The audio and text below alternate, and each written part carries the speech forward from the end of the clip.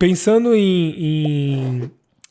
nessa questão de performance e tal, uma das coisas que você falou aqui que eu tenho bastante...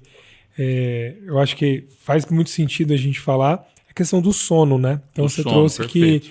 que às vezes nem só você gastar ali 8 horas de sono vai te dar a energia que você precisa, porque teoricamente pode ser que o sono não esteja com qualidade. O que a pessoa pode fazer para começar a realmente ter ali noites boas de sono para conseguir gerar energia para o dia a dia dele ali ser bem produtivo? Claro que não é uma coisa só, né? Mas o que você pode trazer ainda? O Márcio, é legal, você sabe que é assim, né? Um grande professor lá em Ribeiro, né? Uma das melhores pós que eu já fiz foi a dele. Ele falava uma coisa que é interessante. Quando você não sabe por onde começar, comece acertando o sono. O sono é a base primordial de tudo. O ser humano que não dorme direito não consegue ter uma saúde, tá? Então, dormir é essencial. O ser humano ele é um animal que, por ter uma mente diferenciada, uma capacidade de processamento diferenciado, a gente trabalha assim, de em torno de 13 a 16 horas por dia, a gente usa o nosso sistema, que a gente vai acumulando informações. A gente precisa de umas 6, 8 horas, dependendo da pessoa, para você fazer o arquivamento do que foi aprendido, né? A gente tem hormônios produzidos na noite. De modo que uma das torturas mais eficientes que existe é não deixar a pessoa dormir.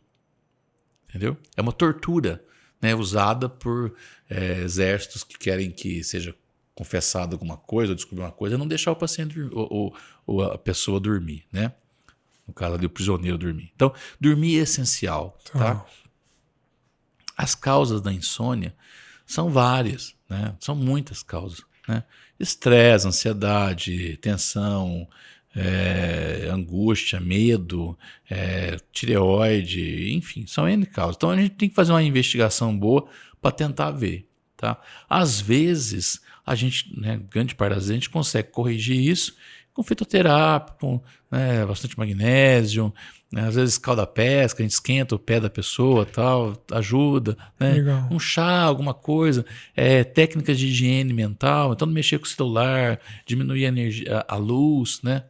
Melatonina, muito bom, aí tem outras coisas, né? Valeriana, passiflora, né? Mas às vezes eu não consigo só com isso, tá? Às vezes eu vou precisar usar alguma coisa um pouco mais forte, né? Então, tipo, as pessoas me perguntam, você é contra ou a favor de Zolpidem, de Rivotril, de uma série de coisas, né? A gente vê pessoas que são muito, não, eu sou a favor, eu sou contra. A gente tem que pensar sempre custo-benefício. O que ele precisa naquele momento. Ah, gosto de usar? Não, eu uso com parcimônia. Ah, eu acho que não tem riscos? Tem os seus efeitos colaterais, como qualquer coisa química, né? Uma coisa é você dar suplementação de vitamina C, de zinco, de selênio, que a não ser que você passe uma dose muito alta, né? São coisas teoricamente seguras, né? Sim. Diferente de uma coisa química, né? Mas existem situações que ele necessita tanto dormir, que dormir é tão essencial naquele momento, que todo custo vale. E isso vale para tudo, entendeu? Então, tipo, para antidepressivo, então, para o Ozempic da vida, tá? Qualquer coisa que a gente tenha no arsenal e que o custo-benefício vale a pena, ele tem que ser considerado, entendeu? Então, por exemplo, atendi 42 anos, um homem que estava com nível de testosterona assim, baixíssimo, tá? A gente tem a opção, a gente pode tentar fazer uma terapia para reestímulo desse testículo, colocar a pessoa no lugar e uma série de coisas, tá? Ou a gente pode entender, o cara chega para mim e fala assim, doutor, meu relacionamento, meu casamento tá indo pro brejo, eu não tenho mais nada, tô entrando em depressão por causa disso e tal. Ok, a gente repõe a testosterona, enquanto isso a gente vem recuperando o testículo dele. Então, a gente tem que entender qual é a angústia maior, qual é o sofrimento maior e tentar aliviar ele com aquilo. Entendeu? Porque senão vai gerar, aquilo gera mais, é um ciclo negativo, né? Porque aquilo vai pressionar uma outra área da vida dele ou outros sintomas ali, daqui a pouco ele tá numa bola de neve. Eu acho que isso aí passa por uma certa sensibilidade do profissional da saúde, né? Que é a frase que eu acho terrível, tá? O paciente conta, você fala assim, isso não é nada. ou é esse da sua cabeça, entendeu? Então, hoje em dia, a gente tem equipamento, tem exames lá, que a gente prova que um tanto disso não é nada, ou isso não existe, existe, e é alguma coisa, né? E se o paciente fala que ele tem uma dor no dedinho, isso o angustia muito, porque ele não sabe o que é aquilo, se aquilo é um câncer, se não é, cabe a nós tentar entender de onde vem aquela dor, que dor é aquela, porque ainda que fala, não, mas isso não é nada, não tem jeito de ser câncer, mas aquilo gera uma angústia para ele, e essa angústia gera uma série de coisas, entendeu? Você trouxe um ponto um pouco mais cedo ali, falando acho que a evolução da tecnologia, né, para conseguir diagnosticar muitas coisas que talvez, como você falou do DNA, para mim DNA vinha mais só paternidade ali, né? E hoje existem várias formas de você poder usar isso em prol de realmente diagnosticar de forma mais precisa, né? O quanto que a gente ainda tem, talvez, de tecnologia ou de informações ainda que não está tão à disposição do público em geral, assim. Qual que é sei lá, o que você estuda, vê, que ainda não... Talvez quem está na ponta lá ainda não conseguiu usufruir dessa tecnologia. Tem um escritor famoso aí, ganhou já vários prêmios, que ele diz o seguinte, que o futuro já chegou, ele só não está acessível a todo mundo. Entendeu? Legal. Então, a gente hoje, entendeu, tem que ver que existe uma coisa chamada acessibilidade, tá? Então, nem todo mundo está acessível a tudo, porque as tecnologias de ponta ainda são caras, mas elas vêm barateando. Legal. Entendeu? Então, hoje, por exemplo, você consegue fazer lá na clínica um DNA de qualidade, né, que pega uma quantidade enorme de pedaços genéticos, né? Que vão dar capacidade de absorção, você vai ter chance de Alzheimer, Parkinson, câncer, lesão, qual a dieta que emagrece, qual a dieta que mantém, tudo a gente consegue ver pelo padrão de DNA. Tá? Legal. Uma quantidade de informações absurdas, um laudo que vem muito bem estruturado, né? Na clínica, além disso, ele é lido por uma pessoa especialista em genética, porque os genes eles têm interações, então esse gene está com problema, esse outro também está, isso potencializa, esse está com problema, mas esse não, esse minimiza. Então a correlação disso daí, a interpretação disso é uma coisa que não é tão fácil assim, tá? E você consegue isso por um valor hoje que é infinitamente menor do que era o DNA quando eu comecei a mexer com DNA na Unicamp, por exemplo. É muito menos. E tem a questão também da prevenção, né? Porque às vezes, tipo, Sim.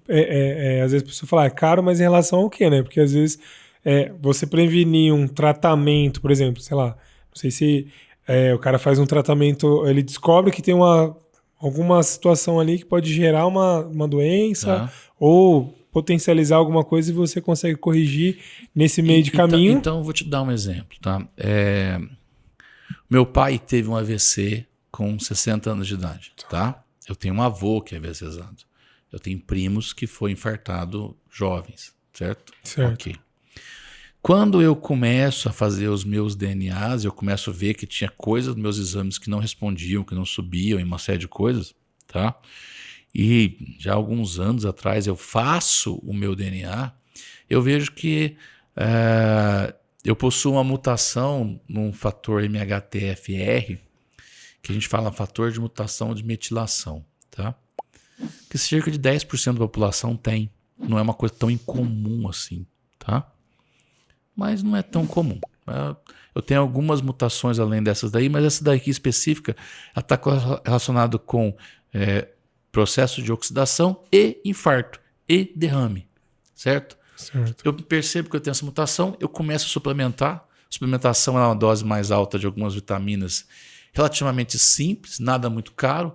Depois que eu faço a suplementação correta para o meu perfil genético, o meu marcador ele cai. Faço o teste, meu irmão também tem, reponho para ele, o outro nem fez, optou por tomar a fórmula, certo? Alguns da família também têm, certo? E aí você consegue, você fez um teste, você descobriu algo, você já preveniu para 2, para os seus futuros. Aquilo que era algo parentes, natural, entendeu? Da família. Aquilo que era, mas não, nossa família a gente morre muito cedo de infarto, a gente tem muito derrame. Nossa, vamos Fazer o que com isso? Hoje a gente consegue saber o que fazer. Legal. E aí você vê esses polimorfismos e tendências, né, no exame de DNA para câncer de mama. Então, um outro exemplo que aconteceu faz umas 3 semanas. A paciente fala, eu tenho muito... Minha família, eu quero que você... Eu faço colonoscopia todo ano, porque na minha família tem muito câncer de colo. Então, todo ano eu tiro pólipo, uma série de coisas, certo? A gente fez o DNA, a gente fez o exame alimentar, a gente viu qual alimento que gerava aquele nível de produção para ela. O nutricionista fez a mudança no padrão alimentar dela. Ela não vai ter o problema do colo. Caramba. Então, colonoscopia, ele não é exame preventivo.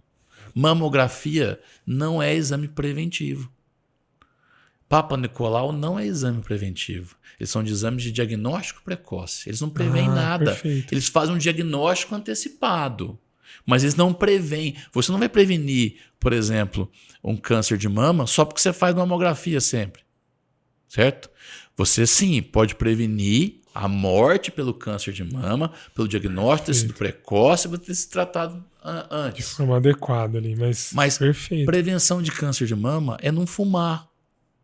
Prevenção de câncer de mama é não estar acima do peso, é não ficar comendo comida com muita gordura saturada, é não exagerar do açúcar, é praticar atividade física. Isso é prevenção de câncer de mama.